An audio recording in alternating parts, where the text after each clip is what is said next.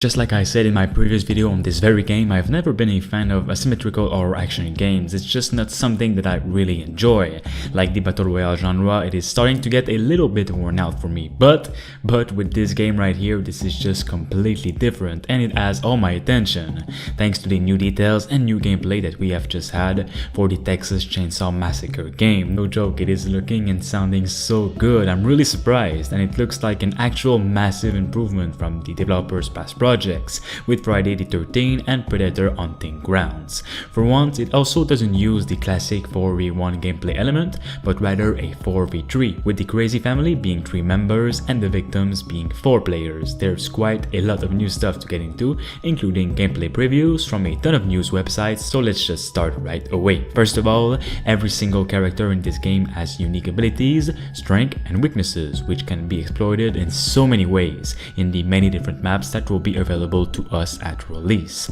All the different environments will offer completely different opportunities for both the killers and the victims. You have Leatherface, which is super strong and can pass through doors with his chainsaw and massacre victims. He's not fast nor is he agile, but he's just a killing machine that you cannot at any cost approach because you're dead.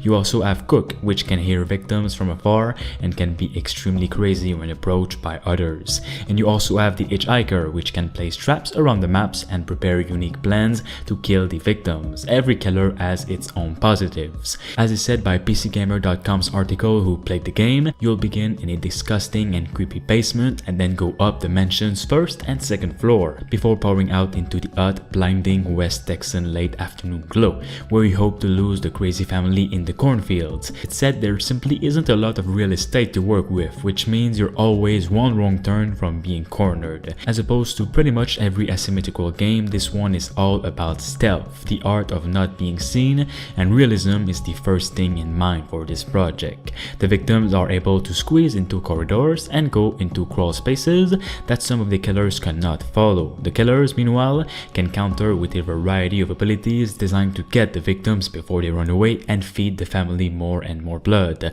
Now keep in mind, the victims cannot kill any of the crazy family member, only stun them and escape the maps. But they do have some interesting abilities like break locks, being more aware of your surroundings, stronger and such. The most exciting and most mentioned element that pretty much every journalist talked about is how beautiful, realistic and lovingly rendered the game is.